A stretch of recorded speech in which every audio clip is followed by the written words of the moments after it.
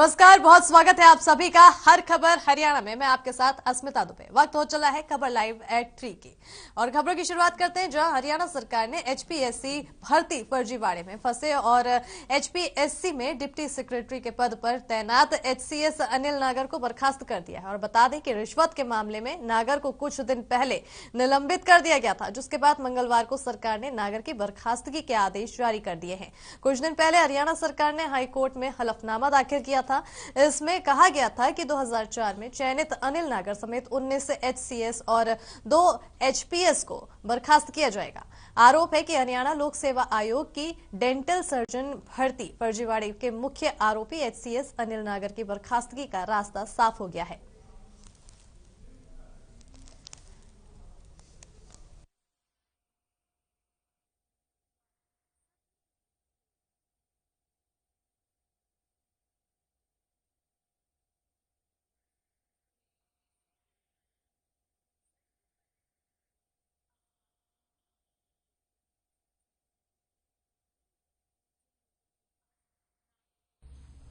और मुख्यमंत्री मनोहर लाल ने सशस्त्र सेना झंडा दिवस के अवसर पर जवानों को अपनी ओर से कोटि कोटि नमन किया है। और उन्होंने ट्वीट करके लिखा है कि सशस्त्र सेना झंडा दिवस के अवसर पर भारत के जल, थल और नभ के शूरवीरों को नमन करता हूं।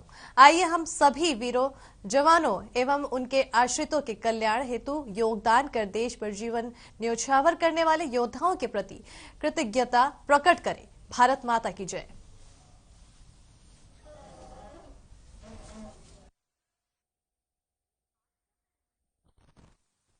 सशस्त्र सेना झंडा दिवस के अवसर पर आज मैं देश के जवानों को, जो हमारी सीमाओं पर डट करके अपने शौर्य, साहस और बुलंदियां दिखा रहे हैं, मैं उनको अपनी ओर से कोटिशा नमन करता हूं। निश्चित रूप से सीमाओं पर रक्षा के कारण से हमारी स्वतंत्रता, हमारी संपूर्णता ये बरकरार है।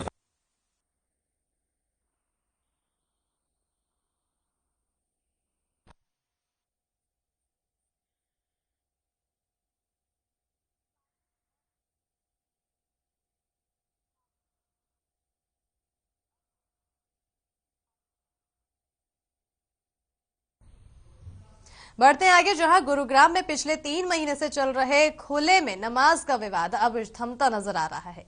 अब दोनों पक्षों ने गुरुवार के जिला उपायुक्त डॉक्टर यश गर्ग और पुलिस अधिकारियों के साथ बैठक कर आपसी सहमति बनाई है।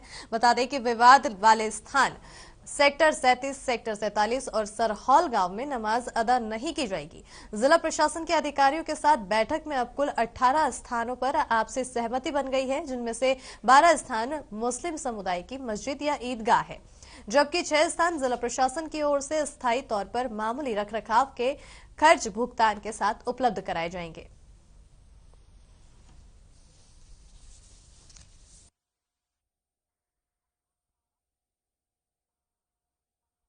और सबसे अच्छी बात यह कि आज सभी लोगों ने ये स्वीकार किया कि किसी भी सार्वजनिक जगह पर पूजा पद्धति या नमाज इबादत नहीं करनी चाहिए, क्योंकि नमाज का पढ़ने का कुछ कायदे हैं, उसूल हैं, तरीके हैं। इसलिए आज प्रशासन के यहाँ आकर हमारे गुरुग्राम इमाम संगठन के लोगों ने अपनी एक अपील दायर की कि हमने जो है गुड़गांव में 18 जो पॉइंट हैं उन पर नमाज को करवाया जाए, और जो पहले पॉइंट थे जिनको लेकर विवाद चल रहा था सार्वजनिक, वो पॉइंट नहीं रहेंगे इसमें। और साथ में गुरुग्राम इमाम संगठन ने ये भी कहा है कि जो जगह रिलीजियस प्लेस से अलग हटके हैं उन पर जो किराया बनता है सरकारी, तो वो किराए को भी हम देने को तैयार हैं, लेकिन नमाज बादस्तूर जारी रहनी चाहिए।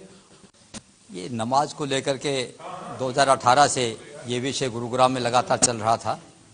आज उस विवाद को और उस आंदोलन को जो संयुक्त हिंदू संघर्ष समिति सार्वजनिक स्थानों को लेकर चला रही थी, उस पर विराम लग गया है। यहाँ पर इमाम संगठन ने जो इमाम नमाज अदा करवाते थे, क्योंकि नमाज और इमाम दोनों एक दूसरे के साथ जुड़े हुए शब्द हैं। इमाम नमाज अदा कराते हैं, नमाज इमाम अदा कराते हैं, उनके बिना हो नहीं सकता। उस संगठन ने यह पहल की है कि जिन इस समय तथाकथित 20 चिन्हित स्थानों पर, जिनको धीरे धीरे कम करने का 1 महीने में वचन दिया गया था, उन पर ये आगे नमाज नहीं करेंगे। उसके अतिरिक्त अस्थायी रूप से 6 स्थान इन्होंने प्रशासन से मांगे हैं। इन 20 स्थानों से अलग हट करके हैं वे स्थान, उसमें अपनी कनात से या किसी व्यवस्था से खुलापन खत्म करके ये करेंगे। अस्थायी रूप से इन्होंने उनको लेने के लिए आवेदन किया है और उसका शुल्क देने का भी उन्होंने आवेदन में ये लिखा। बढ़ते आगे जहां एनसीआर में बढ़ते प्रदूषण को देखते हुए 4 जिलों में स्कूलों को अगले आदेशों तक बंद कर दिया गया है और 4 जिलों में निर्माण कार्यों को भी बंद करने के आदेश दिए गए हैं। इसके बावजूद M3M बिल्डर अपनी मनमानी कर गुरुग्राम के सबसे पॉश इलाके के सेक्टर 63 में कई एकड़ जमीन पर M3M स्मार्ट वर्ल्ड की सरेआम कंस्ट्रक्शन कर रहा है।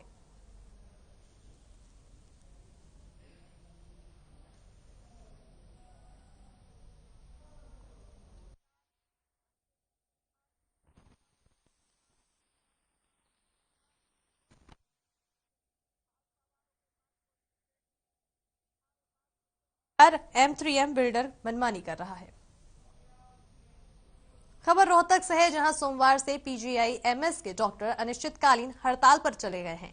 डॉक्टर्स पीजी के पहले बैच में दाखिला नहीं होने से नाराज हैं। वहीं डॉक्टरों के हड़ताल पर जाने के बाद छुट्टी पर गए डॉक्टर्स वापस बुला लिए गए हैं। बता दें कि हड़ताल करने वाले रेजिडेंट डॉक्टरों की संख्या करीब 450 है। हड़ताल करने वाले डॉक्टर न तो ओपीडी में मरीजों की जांच करेंगे और न ही वार्ड में अपनी सेवाएं देंगे। इसके अलावा डॉक्टर्स सभी तरह की इलेक्टिव सर्विस भी नहीं देंगे। रेजिडेंट डॉक्टर्स सिर्फ इमरजेंसी, ट्रॉमा सेंटर और आईसीयू में अपनी ड्यूटी देंगे। इस संबंध में डायरेक्टर को भी पत्र दे दिया गया है। दरअसल पीजी के पहले बैच के छात्रों का दाखिला नहीं हो रहा है। एडमिशन में इकोनॉमिक वीकर सेक्शन और ओबीसी कोटा निर्धारित किया जा रहा है। ये मामला सुप्रीम कोर्ट में विचाराधीन है, जिसके चलते पीजी के पहले बैच की काउंसलिंग नहीं हो पा रही है, जिससे नाराज रेजिडेंट डॉक्टर्स ने अब ऑल इंडिया लेवल पर हड़ताल शुरू कर दी है। फोर्डा के आह्वान पर देश के सभी स्वास्थ्य संस्थानों में हड़ताल की गई है और उनका कहना है कि सिर्फ 2/3 रेजिडेंट डॉक्टर ही काम कर रहे हैं।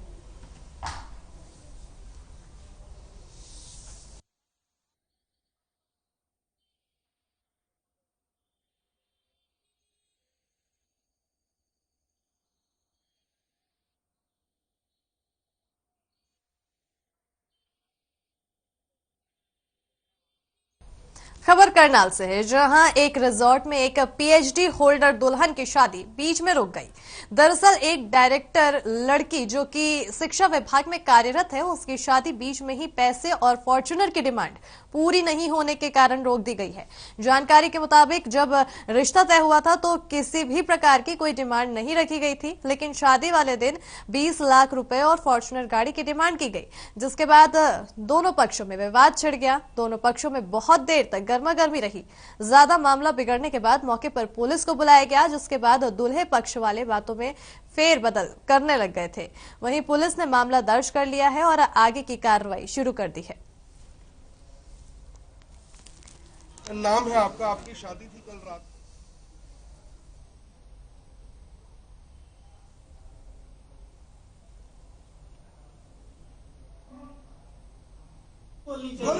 बोलो भाई। नहीं, शादी की रस्म हो रही थी। दान दे जो हमने सामर्थ्य हमने उनको लोगों को दिया, उसके बाद में जो अंगूठी और चैन वगैरह थी वो इन्होंने गाड़ी मांग रहे थे फॉर्च्यूनर और 20 लाख रुपए एट ए टाइम। हमने कहा कि भाई सुबह होने तो हम देखते हैं, इंतजाम करते हैं। इन्होंने हमारी अंगूठी और चैन वो इस लड़के ने वहां बैठे हुए तोड़कर हमारे ऊपर बगा दी। क्या डिमांड की गई आपसे? फॉर्च्यूनर गाड़ी के 20 लाख रुपए की। लड़के वाले जिम्मे हैं। सर मैं तो कानूनी कार्रवाई चाहता हूँ, सबसे सख्त कार्रवाई हो। क्या बेटियों के लिए ये हो। खबरों में आगे बढ़ते हैं जहां चंडीगढ़ में मुख्यमंत्री मनोहर लाल से उनके ही निवास स्थान पर अभ्यर्थी मिलने पहुंचे हैं। दरअसल साल 2019 में हरियाणा सरकार ने आईटीआई इंस्ट्रक्टर्स की 3206 पदों की परीक्षा ली थी, जिसमें लगभग 20 से 25 हजार प्रदेश के युवाओं ने हिस्सा लिया था। लेकिन 2 साल बीत जाने के बाद भी अभी तक फाइनल रिजल्ट नहीं निकाला गया है, जिसके कारण आज प्रदेश से 200 के करीब अभ्यर्थी जल्द से जल्द फाइनल रिजल्ट निकालने की फरियाद को लेकर सीएम मनोहर लाल से मिलने चंडीगढ़ पहुंचे हैं। इस पूरी खबर पर हमारे संवाददाता रवि चंदेल ने अभ्यर्थियों से बातचीत की है, आप भी देखिए।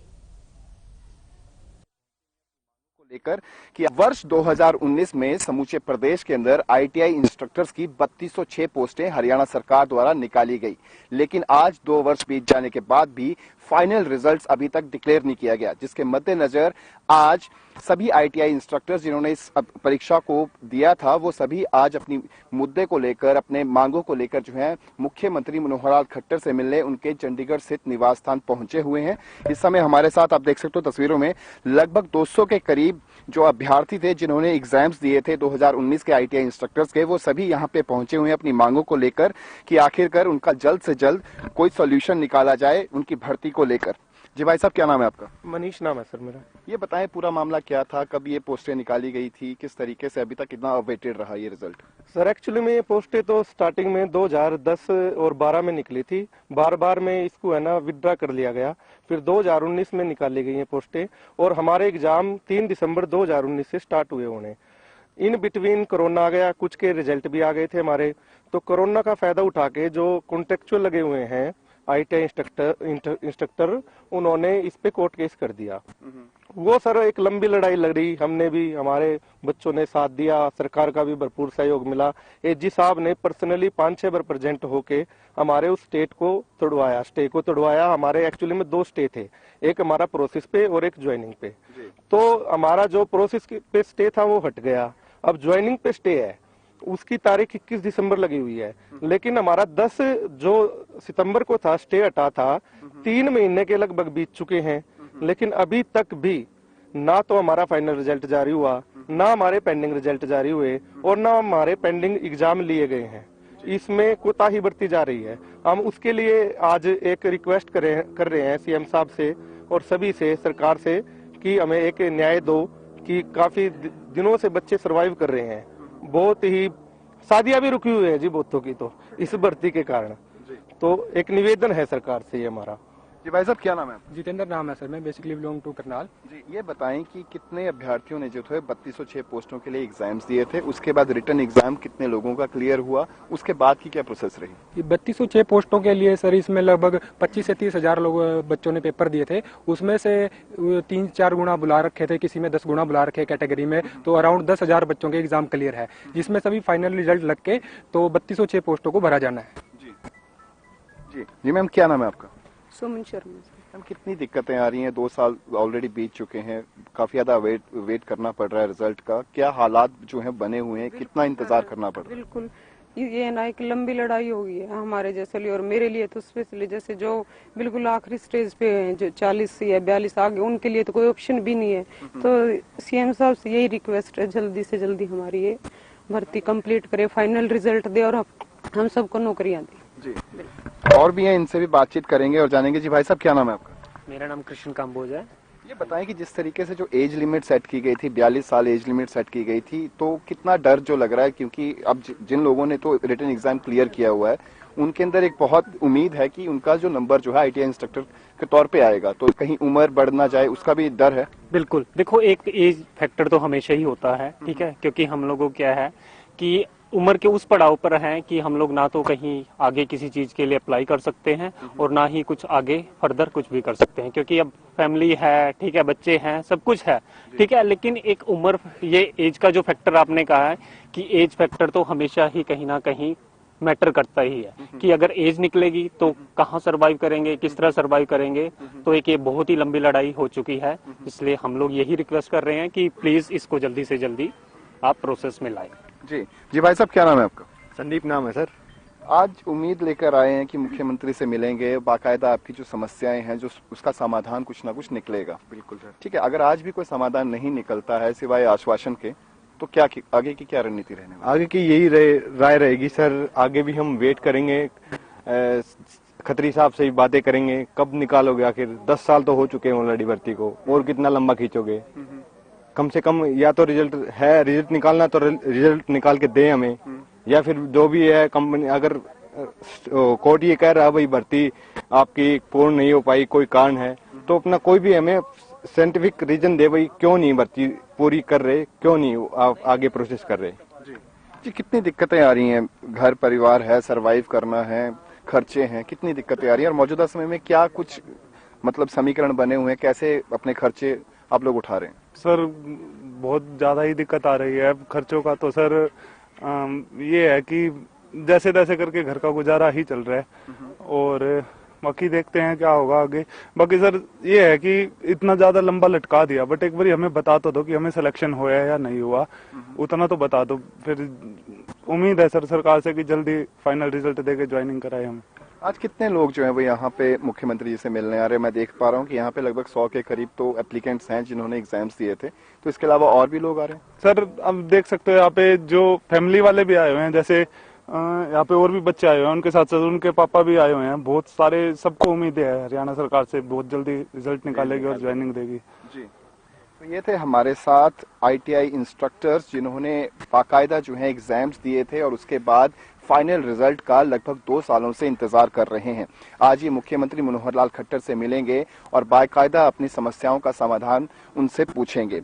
चंडीगढ़ से हर खबर हरियाणा के लिए रवि चंदेल के साथ कैमरामैन किशन की रिपोर्ट। और इसी बीच पंचकुला से बड़ी खबर आ रही है जहां पर कांग्रेस ने HPSC का घेराव किया है। बड़ी जानकारी आपको बता रहे हैं पंचकुला से, जहां पर कांग्रेस ने किया है HPSC का घेराव। हिरासत में लिए गए हैं कांग्रेस के बड़े नेता। बड़ी जानकारी दे रहे हैं आपको, जहां पर रणदीप सुरजेवाला, कुमारी शैलजा हिरासत में है, चंद्रमोहन भी हिरासत में लिए गए हैं। बड़ी जानकारी दे रहे हैं आपको, जहां पर प्रदर्शन के चलते इन्हें हिरासत में लिया गया है। पंचकुला से बड़ी जानकारी, कांग्रेस ने किया HPSC का घेराव। हिरासत में लिए गए कांग्रेस के कई बड़े नेता, रणदीप सुरजेवाला, कुमारी शैलजा को हिरासत में लिया गया है, चंद्रमोहन भी हिरासत में लिए गए हैं और प्रदर्शन के चलते भारी पुलिस बल तैनात भी की गए। तो पंचकुला से बड़ी खबर आ रही है, जहां पर कांग्रेस ने HPSC का घेराव किया है और इसी के तहत कई बड़े नेताओं को हिरासत में लिया गया है, जिसमें रणदीप सुरजेवाले का नाम शामिल है, वहीं कुमारी शैलजा का नाम भी शामिल है, जिन्हें हिरासत में लिया गया है। और आपको बता दें, इस प्रदर्शन के चलते भारी पुलिस बल को भी तैनात किया गया है। बड़ी जानकारी आपको दे रहे हैं, जहां पर चंद्रमोहन भी हिरासत में लिए गए हैं। प्रदर्शन के चलते भारी पुलिस बल को भी तैनात किया गया है। पंचकुला से बड़ी खबर है, जहां पर कांग्रेस ने HPSC का घेराव किया है और इसी घेराव के चलते कई बड़े नेता, कांग्रेस के कई बड़े नेताओं को हिरासत में लिया गया है, जिसमें रणदीप सुरजेवाला का नाम भी शामिल है, जिन्हें हिरासत में लिया गया। वहीं कुमारी शैलजा को भी पुलिस ने हिरासत में लिया है और इसी के साथ ही चंद्रमोहन को भी पुलिस ने हिरासत में लिया है। लगातार प्रदर्शन हो रहा है और उस प्रदर्शन को देखते हुए भारी पुलिस बल की भी तैनाती की गई है। पंचकुला से बड़ी जानकारी आपको दे रहे हैं, जहां पर कांग्रेस ने HPSC का घेराव किया। इस दौरान कई बड़े नेताओं को हिरासत में लिया गया है, जिसमें रणदीप सुरजेवाला का नाम शामिल है, कुमारी शैलजा को भी हिरासत में लिया गया है और चंद्रमोहन को भी हिरासत में लिया गया है। प्रदर्शन इतना विकराल रूप ले गया कि पुलिस, भारी संख्या में पुलिस बल को तैनात करना पड़ा है। प्रदर्शन के चलते भारी पुलिस बल तैनात है। पंचकुला से बड़ी जानकारी, जहां पर कांग्रेस ने HPSC का घेराव किया, जिसमें कई बड़े नेता, कांग्रेस के कई बड़े नेताओं को हिरासत में लिया गया। रणदीप सुरजेवाला, कुमारी शैलजा को हिरासत में लिया, चंद्रमोहन भी हिरासत में लिए गए हैं। प्रदर्शन के चलते भारी पुलिस बल तैनात की गई है। लगातार प्रदर्शन किया जा रहा है, अपनी आवाज उठाई जा रही है कांग्रेस द्वारा और इसी के तहत अब HPSC का घेराव भी कांग्रेस द्वारा किया जा रहा है। और इस घेराव के बाद अब कई बड़े नेता कांग्रेस के, जो कि हिरासत में है, जिनमें रणदीप सुरजेवाला का नाम शामिल है, कुमारी शैलजा भी हिरासत में है। वहीं अगर बात करें चंद्रमोहन की, तो उन्हें भी पुलिस ने हिरासत में लिया है। प्रदर्शन इतना विकराल रूप ले चुका है कि भारी पुलिस बल को तैनात करना पड़ा है। पंचकुला से बड़ी जानकारी आपको दिखा रहे हैं, तस्वीरें देख सकते हैं आप, कितनी ज्यादा संख्या में लोग वहां पर एकत्रित हैं, प्रदर्शन कर रहे हैं और तस्वीरों में देख सकते हैं आप कि कांग्रेस के तमाम कार्यकर्ता इस दौरान मौजूद है, नारेबाजी कर रहे हैं और हाथों में कांग्रेस का झंडा लिए लगातार प्रदर्शन करते हुए नजर आ रहे हैं। और रणदीप सुरजेवाला तस्वीरों में दिखाई दे रहे हैं, जहां पर वो भी इस प्रदर्शन में सम्मिलित हुए हैं और इसी नारों के बीच वो अपना प्रदर्शन करते हुए नजर आ रहे हैं। एचपीएससी का घेराव कांग्रेस द्वारा किया जा रहा है। भीड़ आप देख सकते हैं, कितनी बड़ी संख्या में कांग्रेस के कार्यकर्ता वहां पर एकत्रित हुए हैं, नारेबाजी कर रहे हैं, प्रदर्शन कर रहे हैं। ऐसे में पुलिस बल की तैनाती भी आपको टीवी स्क्रीन पर हम दिखा रहे हैं, कितनी ज्यादा बड़ी संख्या में पुलिस बल वहां पर तैनात किए गए हैं। काफी भारी मात्रा में लोग वहां पर एकत्रित हैं और प्रदर्शन लगातार किए चले जा रहे हैं, नारेबाजी कर रहे हैं।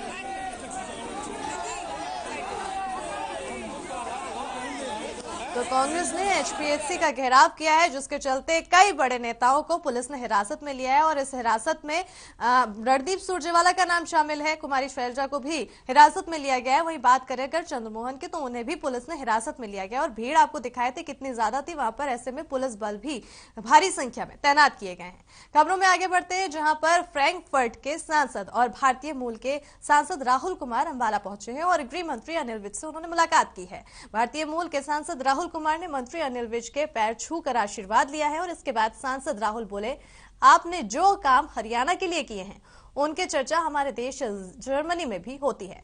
साथ ही कहा कि वो गृह मंत्री अनिल विज से राजनीति की प्रेरणा लेते हैं। बताते चले कि फ्रैंकफर्ट के सांसद और गृह मंत्री अनिल विज की लगभग 25 मिनट तक मुलाकात हुई, जिसमें सांसद राहुल ने कहा है कि मंत्री अनिल विज की सादगी के किस्से वो अपनी लोकसभा में भी सुनाएंगे कि हिंदुस्तान में एक ऐसा मंत्री है जो लोगों के बीच रहकर उनके दर्द को समझता है और उनकी शिकायतों का समाधान तुरंत करता है।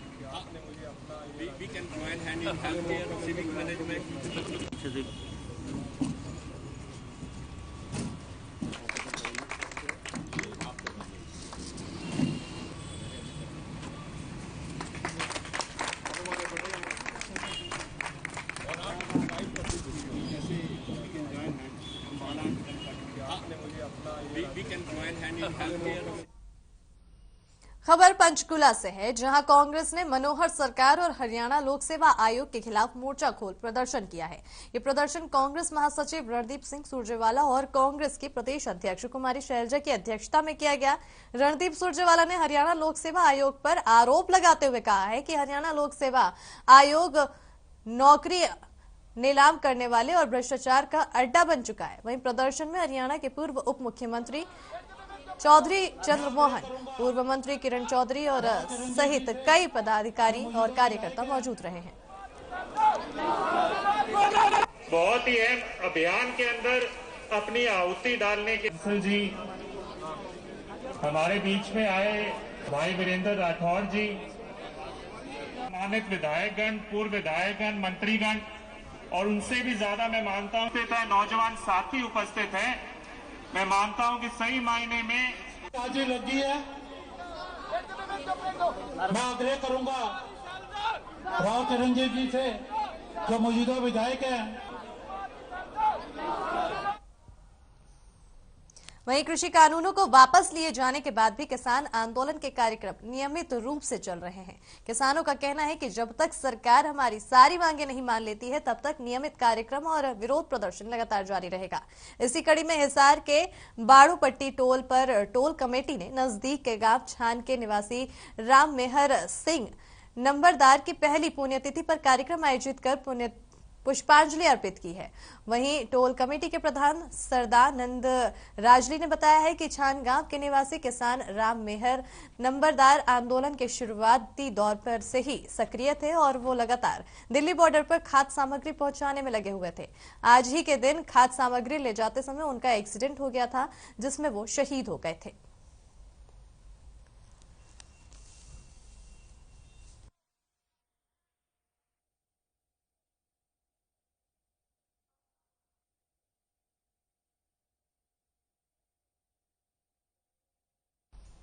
वहीं दूसरी ओर देश में कोरोना के वेरिएंट ओमिक्रॉन की दस्तक के बाद जिले में भी कोरोना के मामले बढ़ने लगे हैं और अब जींद जिले में 2 कोरोना के एक्टिव केस हो गए हैं।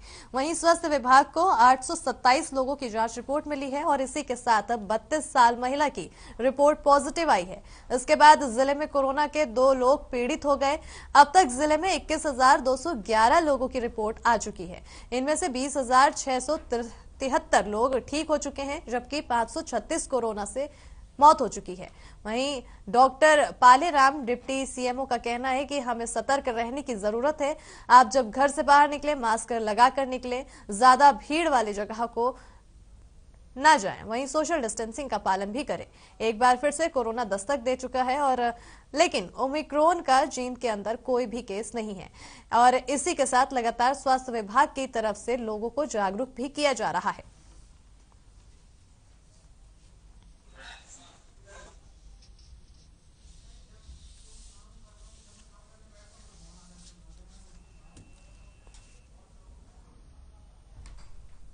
और इसी के साथ खबरों में फिलहाल इतना ही। मुझे दीजिए इजाजत। देखते रहिए हर खबर हरियाणा। नमस्कार।